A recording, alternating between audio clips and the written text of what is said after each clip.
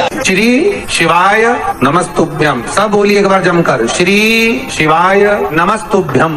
Practical जरूर करना, कहीं सीवर वाला महाराज झूठ तो नहीं बोल रहा। शास्त्रों की बातें हमारे जीवन में हमें सुख प्रदान करें, इसलिए इस भाव का आनंद करते हुए आज की कथा को विराम देते हैं। श्री शिवाय नमस्तुभ्यम। मेरे चैनल को सब्सक्राइब करें, बेल आइकन प्रेस करें, जिससे कि आपको लेटेस्ट वीडियो। जितने आस्था चैनल पर कथा सुन रहे हो, जितने फेसबुक और यूट्यूब पर सुन रहे हो, बहुत सावधानी से सुनना। 2 बार पशुपति व्रत कर लिए आपने, ये कर लिया आपने, प्रदोष कर लिया आपने, सोमवार कर लिया आपने, सारे अनुष्ठान कर लिए, बहुत सारे उपाय भी करे। तो शुक्रवार के दिन अगर शंकर के मंदिर में जल चढ़ाया जाए तो नारी का अखंड सौभाग्य होता है।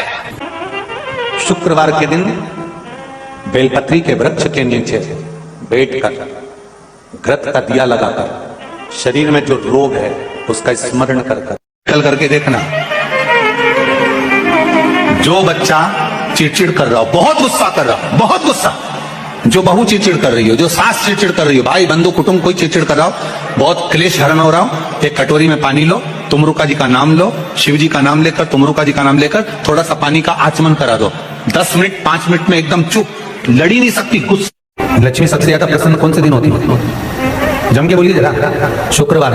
तो शुक्रवार को लक्ष्मी सबसे ज्यादा प्रसन्न क्यों होती है? शिव महापुराण, यहाँ तक विष्णु पुराण करती है, स्कंद पुराण वर्णन करती है, कार्तिक खंड वर्णन करता है कि तुलसी का क्यारा गोल है, चौकोर है, षडाकार का है। उसका भी प्रमाण हमारे शास्त्र में लिखा हुआ है कि अगर तुलसी का कुंड गोल है तो वो ऐश्वर्य प्राप्त करता है, तुलसी का कुंड चौकोर है तो वंश की वृद्धि करता है, तुलसी का कुंड अगर षडाकृति का है, 6 फलक वाला है तो वो घर में संपदा की वृद्धि करता है। तुलसी के कुंड का भी प्रमाण हमारे यहाँ शास्त्र में लिखा हुआ है कि कुंडा कैसा होना चाहिए, तुलसी के कुंड की आकृति कैसी होना चाहिए। उसका प्रसन्न होने का कारण क्या था? लक्ष्मी जी के 2 भाई थे, दोनों की शादी नहीं हो रही थी, दाता और विधाता, दोनों का विवाह नहीं हो रहा। और दाता विधाता के लिए लक्ष्मी बड़ी परेशान थी, रोज नारायण से कहती थी, प्रभु कुछ कृपा करिए, दाता विधाता का विवाह नहीं हो रहा, उम्र होती चली जा रही, इनका कुछ करिए प्रभु, आप नारायण आप कुछ तो कर सकते हो। भगवान नारायण ने तब लक्ष्मी से कहा, एक काम करो, बेलपत्री के पेड़ के नीचे बैठकर लक्ष्मी तुम अनुष्ठान करो तुम्हारे भाइयों के विवाह के लिए। इसलिए आज भी हमारे हिंदू धर्म की रीति है कि बेलपत्री के पेड़ के नीचे शाम के समय लक्ष्मी का वासा होता है। इसलिए लोग इस बेलपत्री के पेड़ के नीचे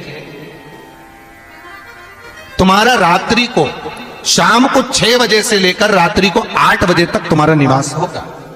जैसे पीपल के पेड़ में देवताओं का निवास, आप लोगों ने यदि पद्म पुराण पढ़ी होगी या सुनी होगी तो उसमें स्पष्ट कहा है, पीपल के वृक्ष की गणना, ध्यान देना, पीपल के वृक्ष में सुबह 4 बजे से लेकर 7 बजे तक ब्रह्मा जी का वासा होता है।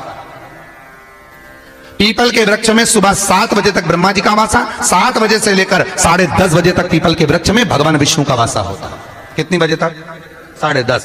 10:30 से लेकर 11:30 12 बजे तक पीपल के वृक्ष में पितरों का वासा होता है। इसलिए हमारे यहाँ पितरों को श्राद्ध पक्ष में जो भोजन कराया जाता है वो 10:30 से 12 के बीच में कराया जाता है। 12 बजे के बाद पीपल के वृक्ष में दोपहर के 1:30 बजे तक आहूतों का वासा रहता है। आहूत कौन? जो गर्भ में शांत हो गए, जो कुंवारी अवस्था में शांत हो गए, जो जन्म लेने के बाद उनका विवाह नहीं हुआ और शांत हो गए, उन आहूतों का वासा उस पीपल के वृक्ष में दोपहर में 1:30 बजे तक रहता है। उसके बाद में प्रेतों का वासा चालू होता है। इसलिए दोपहर के समय पीपल के पेड़ की परिक्रमा नहीं होती। फिर शाम को 4 बजे से 7 बजे तक पीपल के वृक्ष में शंकर जी का वासा होता है, इसलिए शाम के समय पीपल की परिक्रमा नहीं होती। 7 बजे के बाद में पीपल के वृक्ष में रात्रि को 9 बजे तक कुबेर का वासा होता है। फिर 9 बजे के बाद में प्रेतवास चालू होता है पीपल के वृक्ष में। उसी तरह बेलपत्री का जो वृक्ष है, उस बेलपत्री के वृक्ष के नीचे रात्रि को 8 बजे से लेकर 12 बजे तक बेलपत्री के पेड़ के नीचे कुबेर का निवास होता है। महाराज, कुबेर का निवास। प्रयास करा करो किसी बेलपत्री के पेड़ के नीचे हम दीप लगाएं, घी का दिया। यदि संपदा की कमी हो तो, अगर भगवान ने खूब संपदा दी है तो भले मत लगाओ, कोई दिक्कत। दोस्तों, इस वीडियो के माध्यम से आप लोगों को कृष्ण गुरु जी द्वारा बताए गए शिव महापुराण का उपाय बताई जा रही है। धन वृद्धि के लिए जरूर करें ये उपाय। आप लोगों को वीडियो कैसी लगी? अच्छी लगी हो तो वीडियो को लाइक, शेयर एंड सब्सक्राइब करना ना भूलें। धन्यवाद दोस्तों। हर हर महादेव।